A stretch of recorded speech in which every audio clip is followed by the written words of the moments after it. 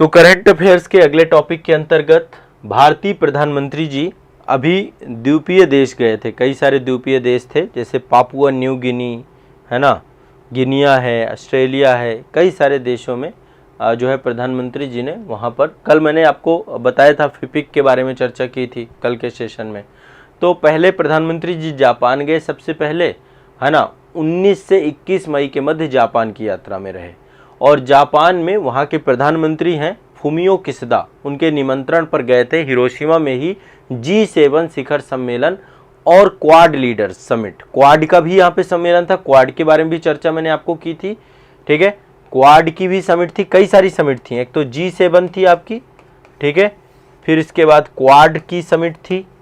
Quad में आपको पता है, हाँ,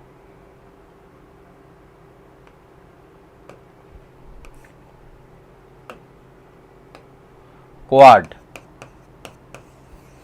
G7 की समिट थी, क्वाड की समिट थी। ठीक है, तो इन सभी में प्रधानमंत्री जी शारीक हुए, सम्मिलित हुए। और प्रधानमंत्री जी जापान के बाद पापुआ न्यू गिनी पे भी गए। पापुआ न्यू गिनिया में जो द्वीपीय देश हैं उनका जो है सम्मेलन था, वहाँ पर भी जाकर के जुड़े। तो जापान में प्रधानमंत्री फुमियो किशिदा, उनके निमंत्रण पर ही प्रधानमंत्री हिरोशिमा में जो है आयोजित थी G7 शिखर सम्मेलन, और जापान की अध्यक्षता में था आपका, और क्वाड लीडर समिट इनमें भाग लिया। ठीक है, और आपको पता होगा G7 के बारे में अलग से अभी आएगा, उसके बारे में भी चर्चा करेंगे। तो पापुआ न्यू गिनी भी गए प्रधानमंत्री जी, और पापुआ न्यू गिनी में एक सम्मेलन था, कल मैंने इसके बारे में डिस्कस किया था, आज जो है एक डिटेल डिस्कशन यहाँ पे कर देंगे हम। तो पापुआ न्यू गिनी में पहले तो ये 19 मई से लेकर के 19 से 21 मई ये जापान में रहे, फिर 22 मई को पहुँच गए पापुआ न्यू गिनी। आपने एक दृश्य देखा होगा कि पापुआ न्यू गिनी के जो राष्ट्राध्यक्ष हैं प्रधानमंत्री जी के पैर छू रहे थे, है ना। वो एक प्रोटोकॉल से, मतलब ऐसा देखिए, ऐसा होता नहीं है, लेकिन आमतौर पे सम्मान, रिस्पेक्ट और बहुत सारी चीज़ें आपस में जुड़ जाती हैं। तो दूसरे चरण में 22 मई को पापुआ न्यू गिनी की यात्रा पे रहे, पापुआ न्यू गिनिया की यात्रा में रहे। पापुआ न्यू गिनी के बारे में आप सभी जानते हैं। पापुआ न्यू गिनी जो आपका कहाँ पर है, पापुआ न्यू गिनी आपका जो है ये एक द्वीपीय देश है ना, मेलानेशिया, कई सारे द्वीपों का एक समूह है। तो इसमें एक सम्मेलन हुआ था फिपिक, FIPIC, इसके बारे में चर्चा हुई थी। इस सम्मेलन से जुड़ने गए थे, 2014 में लॉन्च हुआ था, और इसमें भारत और 14 प्रशांत महासागरीय द्वीप इसमें सम्मिलित है। ठीक है, इसमें भारत है और 14 प्रशांत महासागरीय द्वीप है, प्रशांत महासागरीय द्वीप।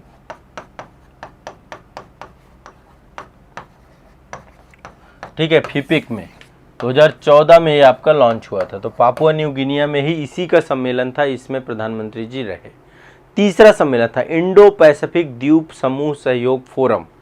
ये जो फिपिक है इसका फुल फॉर्म है क्या है, एक फोरम है आपका, किसका, इंडिया पैसिफिक द्वीप समूह सहयोग फोरम है ये। ठीक है, इंडिया पैसिफिक द्वीप समूह सहयोग फोरम, पूरा फुल फॉर्म लिख लीजिएगा, इंडो पैसिफिक द्वीप समूह सहयोग फोरम। ठीक है, तो इसमें भारत और 14 द्वीपीय देश फिपिक में सम्मिलित हैं, और 14 देशों में फिजी है आपका, एक पापुआ न्यू गिनी है। ठीक है, यहीं पर टोंगा पड़ता है, तुवालू है, किरिबाती है, समोआ है, वनुआती है। जो बच्चे मेरे साथ पढ़ रहे थे ना वो वर्ल्ड ज्योग्राफी, वहाँ पे मैंने पूरा कंप्लीट कराया, मेलानेशिया, माइक्रोनेशिया, पॉलिनेशिया। ठीक है, तो ये आपको ध्यान रखना है। तो दूसरे चरण में कहाँ गए, पापुआ न्यू गिनी। तीसरे चरण में प्रधानमंत्री जी ऑस्ट्रेलिया गए, तीसरे चरण में प्रधानमंत्री जी ऑस्ट्रेलिया गए। ठीक है, ये देखिए, सबसे पहले तो एक चीज़, ये जापान का आपका मैप है, यहाँ पे आपका पड़ता है हिरोशिमा। हिरोशिमा के बारे में आप सभी जानते हैं, एक ऐसी घटना घटी है इस जगह पे जो घटना इतिहास को शर्मसार करती है, खासकर मानव समुदाय को। यहाँ पे परमाणु बम फेंका गया था, उसी के जस्ट नीचे यहाँ पे देखिए नागासाकी है। ये आपका जापान का मैप है। जापान में देखिए 4 बड़े द्वीपीय देश है, ये भी द्वीप है चारों तरफ से। और ये आपका होकाइडो है, ये आप देख पा रहे हैं होकाइडो है, ये होन्शु है, और ये आपका शिकोकू है यहाँ पे, और ये आपका क्यूशू है। 4 द्वीप हैं इसमें, बड़े द्वीप। ऐसे छोटे मोटे तो बहुत सारे द्वीप हैं, 4 द्वीप हैं बड़े। एक तो आपका होकाइडो नंबर 1, दूसरा आप देखिए ये द्वीप सबसे बड़ा है होन्शु। होन्शु में ही राजधानी टोक्यो है। इसकी राजधानी टोक्यो कहाँ पर है, होन्शू में, इसमें बड़ी आबादी है, ज़्यादा आबादी है। फिर इसके बाद शिकोकू है आपका, और फिर आपका क्यूशू है। सबसे बड़ा द्वीप भी आपका होन्शू ही है इसका, ठीक है। तो जो नागासाकी आपका पड़ता है ना, तो नागासाकी आपका वो हिरोशिमा आपका कहाँ पड़ता है, शिकोकू द्वीप में, शिकोकू। और जो क्यूशू है उसमें पड़ता है आपका नागासाकी, नीचे पड़ता है नागासाकी। ये एक रफली आपको आइडिया जापान के मैप के बारे में होना चाहिए, ठीक है। और ये आप देख रहे हैं, ये है पापुआ न्यू गिनिया, यहाँ पे द्वीप देख रहे हैं, ये है पापुआ न्यू गिनिया, ठीक है। यहाँ पे ये सारे द्वीप हैं, छोटे छोटे बहुत सारे द्वीप हैं, पूरा मेलानेशिया वाला क्षेत्र है।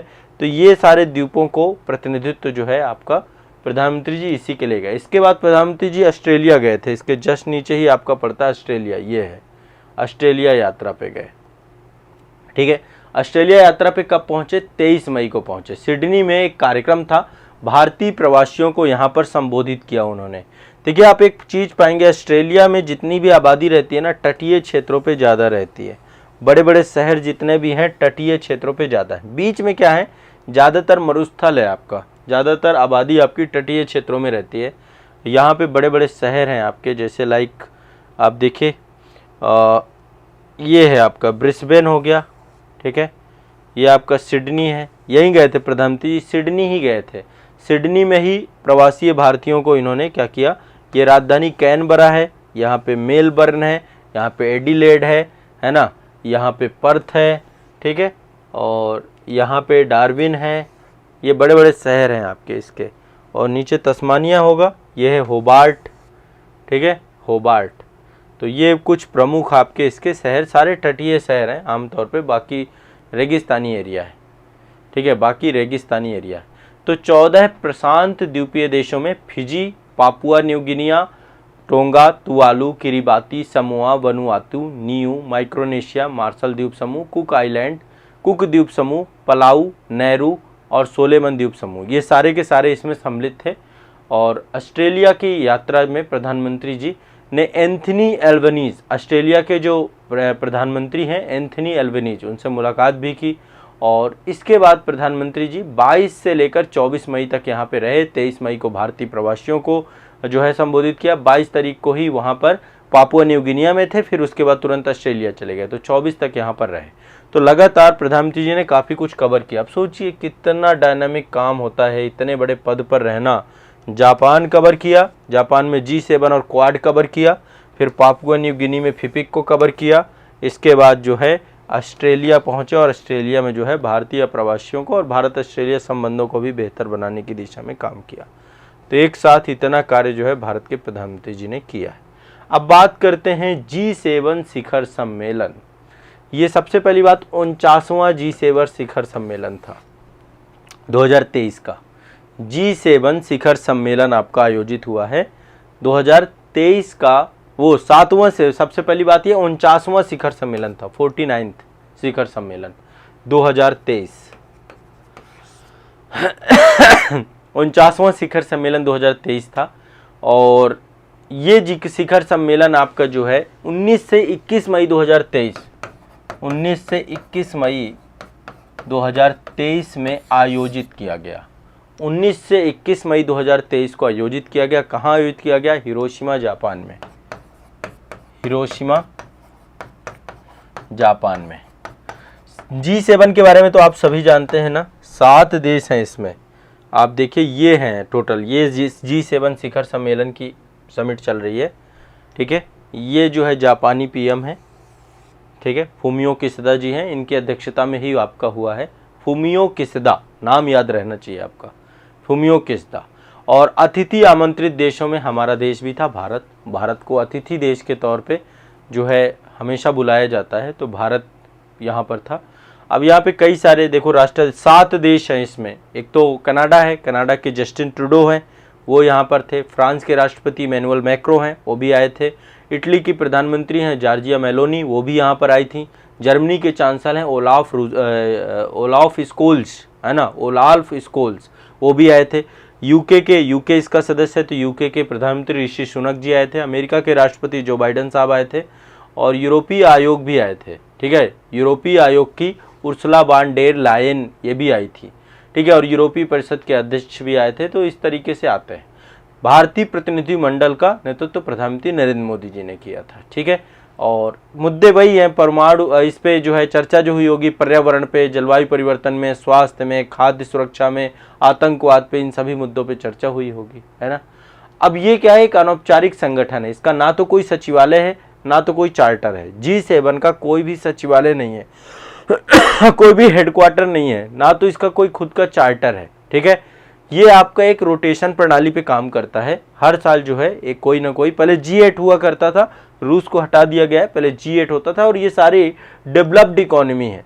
ठीक है, ये कौन से देश हैं, विकसित अर्थव्यवस्थाएं हैं, Canada, France, Germany, Italy, Italy भी है इसमें, Canada, France, Germany, Italy, Japan, UK, USA, ये और तथा यूरोपीय यूनियन भी इसमें जुड़ा हुआ है। यूरोपीय यूनियन को भी आप जोड़ करके देख सकते हैं।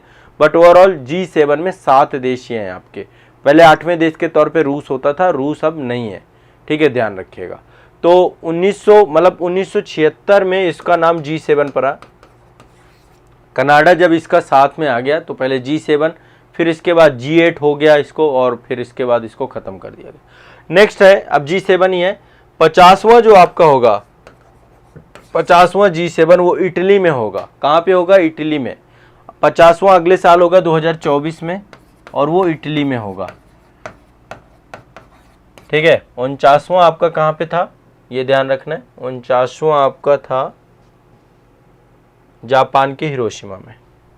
तो G7 शिखर सम्मेलन और उससे जुड़ी हुई कुछ महत्वपूर्ण बातों पे डिस्कशंस हमारे हो गए। ये है आपका G7, Germany, UK, France, Canada, US, Italy, Japan. ठीक है, रसिया इससे हट गया है। रसिया G8 का हिस्सा होता था, G20 में तो फिर बाकी देश, G20 होने वाला भारत में। ठीक है, सितंबर में होगा। चलिए आगे चलते हैं। इनका नाम शायद आप लोग नहीं जानते होंगे, अंतर्राष्ट्रीय राजनीति में आपको थोड़ा सा अवेयर रहना चाहिए। इनका नाम क्या है, इनका नाम है रेपेस type Erdogan. रेपेस type Erdogan, Erdogan, रेपेस type Erdogan, type, रेपेस type Erdogan, रेपेस type Erdogan. ठीक है, ये कौन है, ये हैं आपके तुर्की के नवनिर्वाचित राष्ट्रपति। तुर्की के नवनिर्वाचित राष्ट्रपति हैं आपके, तुर्की के नवनिर्वाचित राष्ट्रपति रेपेस ताइप। अभी इनका चुनाव हुआ था तुर्की में, तो 28 मई 2023 को रेपेस ताइप एर्दोगन तुर्की के नए राष्ट्रपति घोषित किए गए हैं, और ये तीसरा कार्यकाल है, 2028 तक इनका कार्यकाल रहेगा। ठीक है, तुर्की में चुनाव हुए थे, चुनाव परिणामों में ही एर्दोगन जो है लगभग 50% वोट के साथ ये जीते थे। तो ये भी आपको ध्यान रखना है। क्लियर है, स्पष्ट है सभी को। चलिए आगे चलते हैं। ये आप देखिए, खरीफ की जो फसलें होती हैं हमेशा उसकी जो है MSP फसल के समय पे ही उसकी आ जाती है।